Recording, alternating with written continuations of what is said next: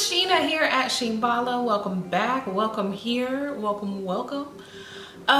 Today's gonna be kind of fun. We are gonna do some question and answers. I threw some questions out on Twitter saying, hey, ask me a question and I will answer it for you. I also offered that same opportunity to Facebook and I got some really good questions. So hopefully you guys sit back and enjoy. Go ahead and like this video, give me a thumbs up and make sure you're subscribed.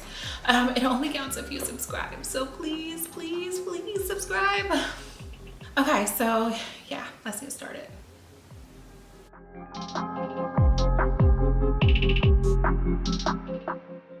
So for questions, my original question was, guess who is gonna film a video? Me. And guess who's gonna help? You. So apparently you guys helped and here I am. Post any question you want to ask me and answer them and I'll post by the end of the week. Subscribe to my channel and may the tea be with you. So that was my original question. The first question I got was, how did I fall in love with makeup? Treese05 or 10552 asked that. Pretty cool story. My grandmother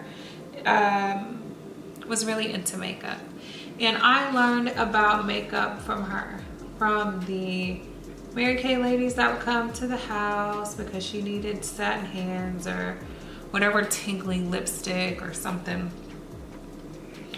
And she always carried herself in a way that was beautiful. She wore makeup, and if we had any family things going on, any events, Christmas, she didn't care what it was.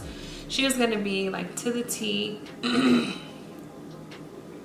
and dressed to impress all the time. Her makeup was gonna be flawless, and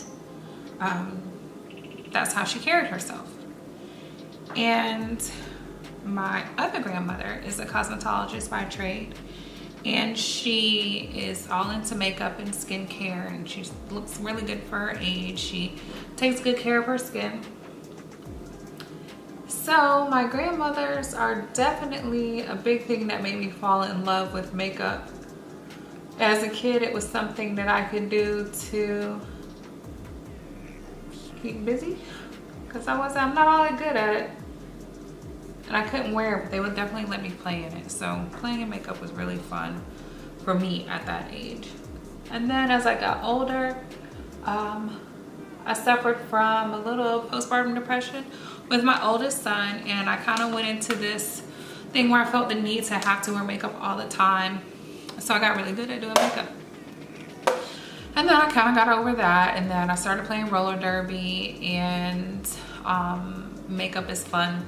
When you play roller derby, you can kind of express yourself on your face. So playing roller derby kind of stepped up my technique and my creativity when it came to makeup. And now I love it because it's such a big community.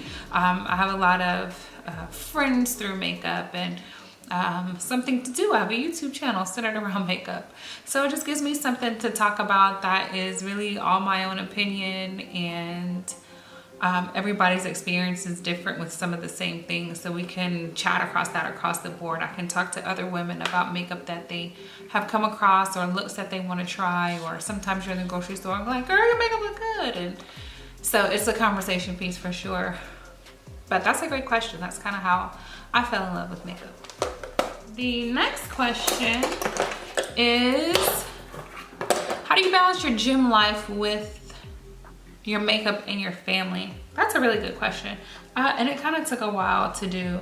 As you guys know, I am faithful to the gym. I have recently lost like 60 pounds and I still picked up a makeup artist career and I still work full time. I'm still a mom.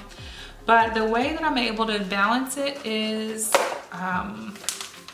dedication, really, and finding something that works best for my schedule. When I get up in the morning, I get up about 4:45 and I get dressed from the clothes that I've laid out the night before. And I'm typically at the gym by 5:30. Now I just switched the workout time because I go to it like a different class. It's more focused on strength training and it's at 6:30. So now I'm there at 6:30. From 6:30 to 7:30, but that gives me time to get my workout in before the rest of the day begins. My sons don't really get up that early, So that gives me a chance to make sure and guarantee that I can get a workout in during the day, is to do it before the day begins. And it sets the tone for the rest of my day. So, but I balance it, and I just make sure that I have time set aside for everything, and I stick to that time. I'm very particular about time management. So again, in the morning before everything is up, I go to the gym, so I at least have my workout in for the day. And then I come home, get the kids ready, get myself ready. We're off to school and to work. And then we go to work and we're at school. And any errands I can run, like on my lunch break, if I need to run by the grocery store, if I need to pick up something from the store or whatever, I'll do that on my lunch break instead of, you know, wasting time or waiting for after work to do it.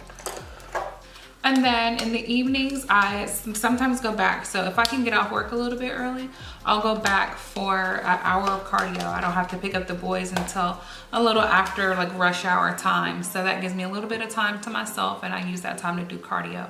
So that is another way of how I can balance the time. And then by the time I get home, it's dinner, time with the boys, and bedtime. And then we rinse, wash, repeat on the next day. So finding a balance, finding a schedule that works for you and your family is what is most important, and what has been most important to me. Our next question was, what was the biggest obstacle once you decided to become a freelance makeup artist? That is from Glamazon 1026. Y'all check her out, check her channel out. And the last question in the Balance Your Gym Life was Jasmine Schofield, who also has an awesome YouTube channel that I will link you guys to. Let's see, what's the biggest obstacle? Figuring out my kit, figuring out my signature look, and all the little details that go along with it. Figuring out the time, how to, getting my time down has been something that I have been working towards the last month or so, wanting to make sure that I'm not taking forever on people's faces. But yeah, definitely figuring out the small stuff, like local business license requirements. What do I need, like sanitation wise? What I was gonna do for my kit, what products I was gonna use, and how I was gonna market myself. Makeup artists come a dime a dozen, so figuring out what allowed me to stick out was a big part of it, like what my marketing plan was, and understanding the business aspect of it. So, and then getting out there and getting brave enough to promote yourself to other people, to say, hey, I offer a service. So I created a website and just built my kit from scratch and go from there. I've been lucky enough to be blessed with opportunities along the way that can typically take quite some time in this industry. So it's been nice to have like a little head start, knowing friends. I have quite a few friends that are in the business, beauty business in general, whether it's a hairstylist or lashes or whatever. I get plenty of referrals, and then other people whose makeup I've done, they refer me too, so that works out pretty well. So thank you for that question. Kiki asked, what's your main goal as a makeup artist for the next year? My main goal is fine-tuning my craft. So what's my main goal? My main goal is to get better at my technique, especially my technique on other people. Very competitive business we have here, and technique sets you apart. Being able to teach someone how to do things sets you apart. So definitely getting my technique down and getting my time down. All right, so next question comes from CookieBits5 on Twitter. What is the area of the face are best at? Maybe I am best at applying makeup, yours and others. And what area needs improvement, yours and others? Let's see, needs improvement is definitely eyeshadow. Eyeshadow is very detailed work, and learning the different brushes and learning the different types of eyeshadow, if it's shimmer, if it's matte, some are glitter, some are really powdery, some are really buttery, some are really cakey. So learning the differences in all the eyeshadow types is where I need the most improvement on myself and on others. My favorite thing to do is skin work, like blush, foundation, like color, bringing the color out of your face. That's probably my favorite part of doing makeup in general. And blending, I like mixing and matching different foundations to get the perfect color for someone's skin. And I think I do a really good job of that. So I think that's probably where I am stronger at, and eyeshadow is where I'm weaker at. Let's see. So those were all of my Twitter questions. Let's check out. I had 1 or 2 questions on Facebook that I think were really good. Tabitha Johnson asked, is it better to have eyelash extensions or the strip? Is it just a personal preference? I've done both. For me, it's just a personal preference. I have gotten really good at applying strip lashes, and you can change the style from day to day with your strip lashes, and you can be as natural and dramatic as you want to be with strip lashes, and they're a lot cheaper than getting eyelash extensions, unless you do them yourself, which isn't really that hard. I learned how to do them myself, and I did for a long time. I just don't like the way they take off your eyelashes. Like, you can be all careful and all you want, whatever, but for me, it took off my eyelashes, so I didn't like it. But again, at the end of the day, it is a personal preference. Should you buy high-end foundations or drugstore? You should do what's best for you. I have a big range of foundation. I use Maybelline Fit Me foundation on my makeup clients. It's really cost effective. It's really affordable for anyone, and it's really good quality. I'm able to wear it all day, every day. It doesn't make me oily, doesn't change texture, it doesn't oxidize really bad. And I also have like Lancome, and I have some Clinique foundation. I have some of the higher end foundations that I like for my own skin. It's all about your budget. You don't have to have high-end foundation to achieve a high-end look or to achieve anything other than using a specific foundation. A lot of the things that I look at now is some of the corporations, how they support Black women and different people of color of all shades. I'm more interested now in shade ranges and who offers what to see where I'm gonna spend my money. So if they don't have, even though my shade may be available, if they don't have a large shade range, I kind of stay away from them. I've become more cognizant of that type of thing here recently, because it is something that needs to be supported and talked about in every scale, be it Jackie Aina or me, somebody with like 200 followers. So high and low end, just make the best decision for your budget and for your conscience. Last question. What would be a good skincare regimen for daily care if you work out a lot? I definitely work out a lot, and I keep it as simple as I can. I work out twice, one in the morning and one in the evening. So in the morning, I'm just now getting up. I get up, I wash my face, just like soap and water. I use Dove soap.